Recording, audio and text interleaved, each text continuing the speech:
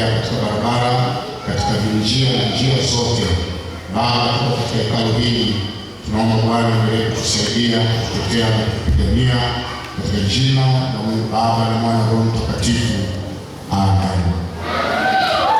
Tasoma vitabu viwili, mmoja ni kitabu cha Yeremia 29 mstari wa 11, mwingine ni kitabu cha Isaya 49 mstari wa 14 hadi mstari wa 16. Majina yangu naitwa Rashidi Hasani Jumanne, mchungaji kanisa la JKT Kidatu.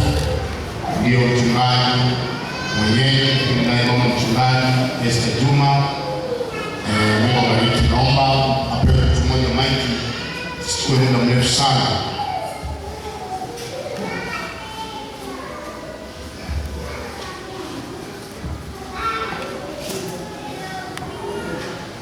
Tusome Yeremia 29 kuanzia mstari wa 11. Mtasoma. Ndio. Maana nayajua mawazo ninayowawazia ninyi, asema Bwana. Maana nayajua mawazo ninayowazia ninyi, asema Bwana. Ni mawazo ya amani wala si mabaya. Ni mawazo ya amani wala sio mabaya. Kuwapa ninyi tumaini siku zenu za mwisho. Kuwapa ninyi tumaini ya kuishi katika siku zenu zote. Ishia tu hapo. Neno la Mungu linasema Mungu wetu alituumba, anatuwazia mema. Kila mmoja aliyoko hapa, Mungu aliye hai anamwazia mema. Hata kama kuna wanadamu wanakuwazia mabaya, lakini yuko Mungu aliye hai anakuwazia mema. Amen. Hata waandishi wa habari, Mungu wetu aliyeumba wote anawazia mema. Kamanda wetu wa polisi wa mkoa, Mungu wetu anamwazia mema. Rais wetu wa Jamhuri ya Muungano wa Tanzania, Mungu aliye hai anamwazia mema. Mkuu wetu wa jeshi la polisi, Inspekta Jenerali IGP wetu Kamisi Wambura, Mungu anamwazia mema. Kwa kila mmoja anawaziwa mema na Mungu wetu. Hata mkuu wetu wa mkoa wa Tabora, Paulo Matiko Chacha, Mungu anamwazia mema. Hata kama wanadamu wanakusema, wanakutukana, wanakuziani, lakini kama ukijua Mungu wetu anatuwazia mema. Nchi yetu Mungu anaiwazia mema. Hata kama wapo watu wanawaza vibaya juu ya nchi yetu ya Tanzania, lakini yupo Mungu aliye hai anatuwazia mema. Anaiwazia mema nchi yetu ya Tanzania. Yupo Mungu aliye hai anaiwazia mema. Watu walijitahidi kuondoa amani katika nchi yetu. Nilikuwa nimwambia kamanda wa polisi wetu wa mkoa, ndugu yetu Katarina pale usiku wake, watu wamejipanga kuhakikisha kanisa lao wanafanya maandamano, lakini sisi kama viongozi wa dini tukapiga magoti kumwambia Mungu aliye hai, mkoa wetu bado uko salama, na tunamshukuru Mungu, tukapita vizuri kwa amani, hakuna vurugu, hakuna shida iliyotokea. Ashukuriwe Mungu aliye juu kuendelea kuweka amani katika mkoa wetu wa Tabora. Nataka niseme nini? Kuna watu wanasema vibaya jeshi la polisi, kwamba jeshi la polisi halifanya kazi. Nataka niwahakikishie kamanda wetu wa polisi wa mkoa kwamba jeshi lako la mkoa wako wa Tabora pamoja na jeshi letu la nchi yetu ya Tanzania linaloongozwa na kamanda wetu wa IGP linafanya kazi kikamilifu. Amen. Hatuwezi kuabudu hapa kama hakuna amani. Hatuwezi kuomba kama hakuna amani. Hatuwezi kutembea barabarani kama hakuna amani. Tunatembea kwa sababu kamanda wetu, jeshi lako la polisi liko barabarani kila siku. Lakini nchi yetu inahitaji amani. Nchi yetu haitaki ukatili wa kijinsia. Leo tunaona kuna baadhi ya watu ambao hawana hofu ya Mungu, wanafikia wanamchinja mtu, wanafanya vitu ambavyo havimpendezi Mungu wetu. Tumesikia neno la kwanza kwamba lazima tuwe watii na waaminifu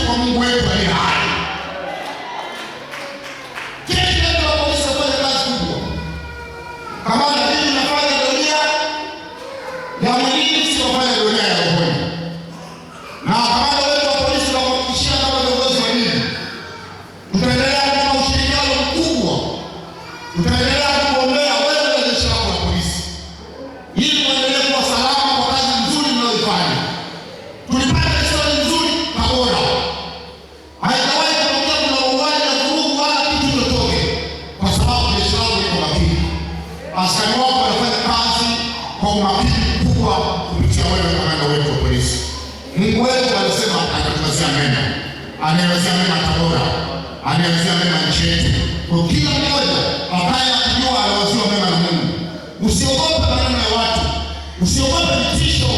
Usiogope watu wanaosema vibaya. Wewe angalia kusudi la Mungu linasema nini juu ya maisha yako. Bwana Yesu asifiwe. Kitabu cha Isaya 49 mstari wa 14. 49 mstari wa 14.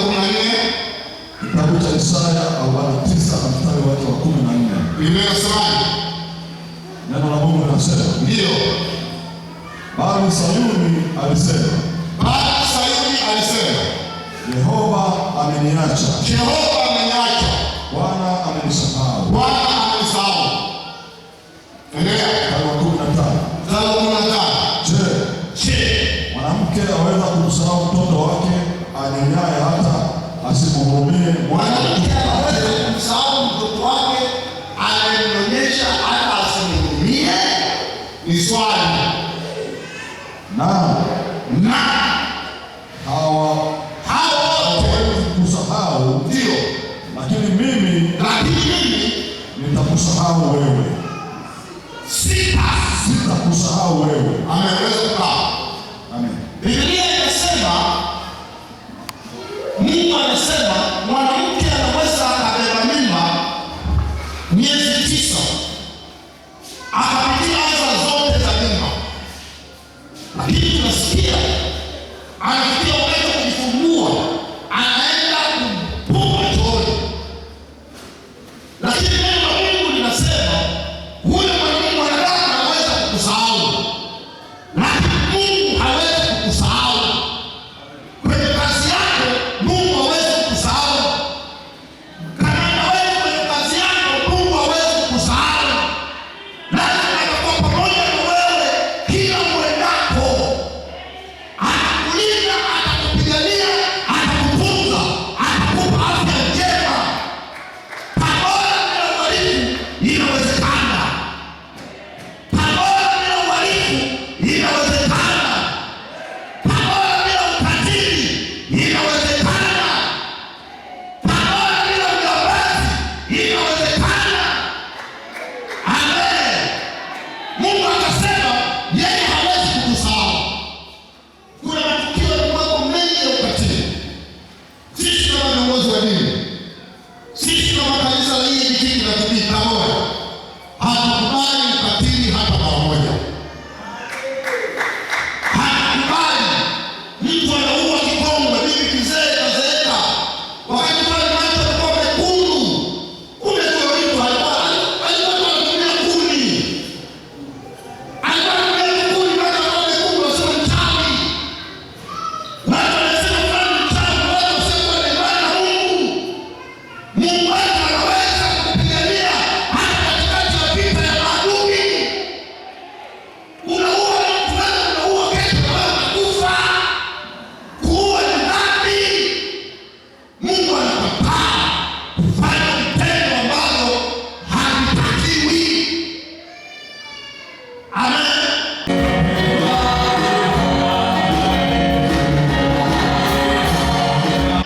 Ni lazima tuishi maisha yanayompendeza Mungu wetu. Unamuua mtu kwa sababu ipi? Unamuua mtu kwa kigezo kipi? Sisi kama viongozi wa dini ni lazima tushikamane na serikali yetu ya Jamhuri ya Muungano wa Tanzania. Lazima tushikamane na jeshi letu la polisi kuhakikisha amani inakuwepo ya kutosha. Mungu wetu hajatusahau. Tabora hajaisahau. Kigali hajaisahau. Watu wamekuwa na matendo mengi ya ukatili, wanafanya ukatili wa ajabu. Kamanda wetu wa polisi wakoma hata hawa waganga wa kienyeji ndio wanaosababisha ukatili wa aina hii. Mimi kamanda wangu mkoa mdanga na mimi mkoa Siyoko miaka 10 na kidogo. Fanya uganga miaka 10 na kidogo.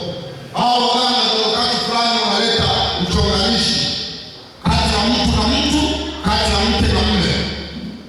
Wakati fulani nilikuwa naenda kuambiwa na mganga mmoja, ananiambia baba yako amekuroga. Wakati ule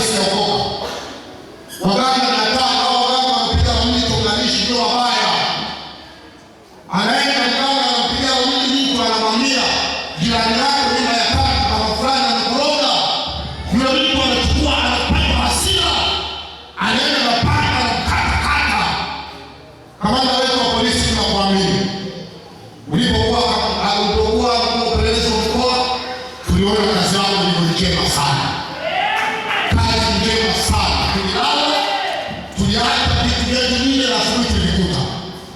Sasa kwa sababu tumekuwa kamanda wa polisi wa mkoa, tutakuwa zaidi.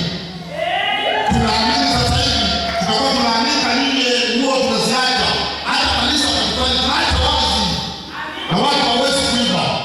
Tunawaambia askari wako kazini usiku na mchana walala. Hilo hatuna shaka na wewe kamanda wetu, na tunaamini kazi yako iko njema, mambo yatakuwa vizuri. Hapo kwa kirani kuna tatizo moja. Watu wa kanisani wakuja wameibiwa. Na wamevunjwa wameiba.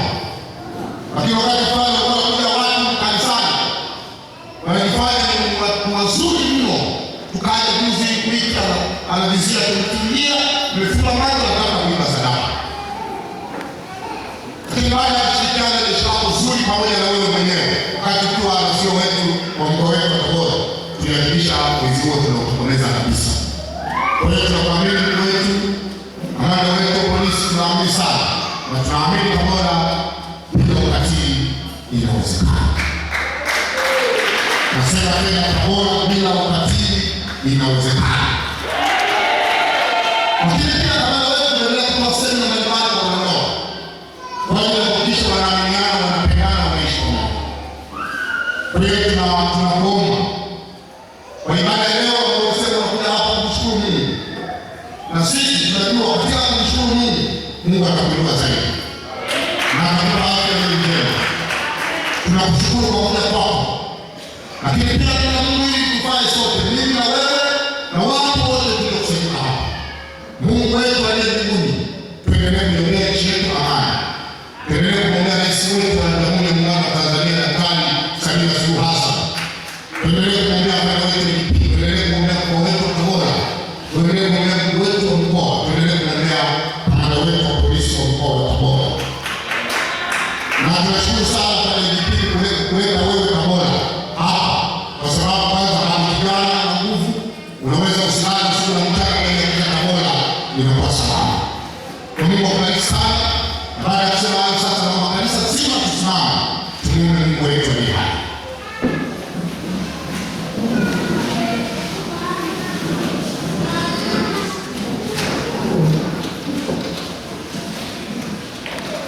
Mungu wetu, tunakushukuru kwa sababu wewe ni mwema na mwaminifu sana kwenye maisha yetu. Asante kwa ajili ya neno hili ambalo Mungu umetupa sisi watoto wako. Baba, tunakushukuru mno kwa ajili ya nchi yetu ya Tanzania, kwa ajili ya rais wetu wa Jamhuri ya Muungano wa Tanzania Daktari Samia Suluhu Hassan. Baba, asante kwa ajili ya ofisi yako.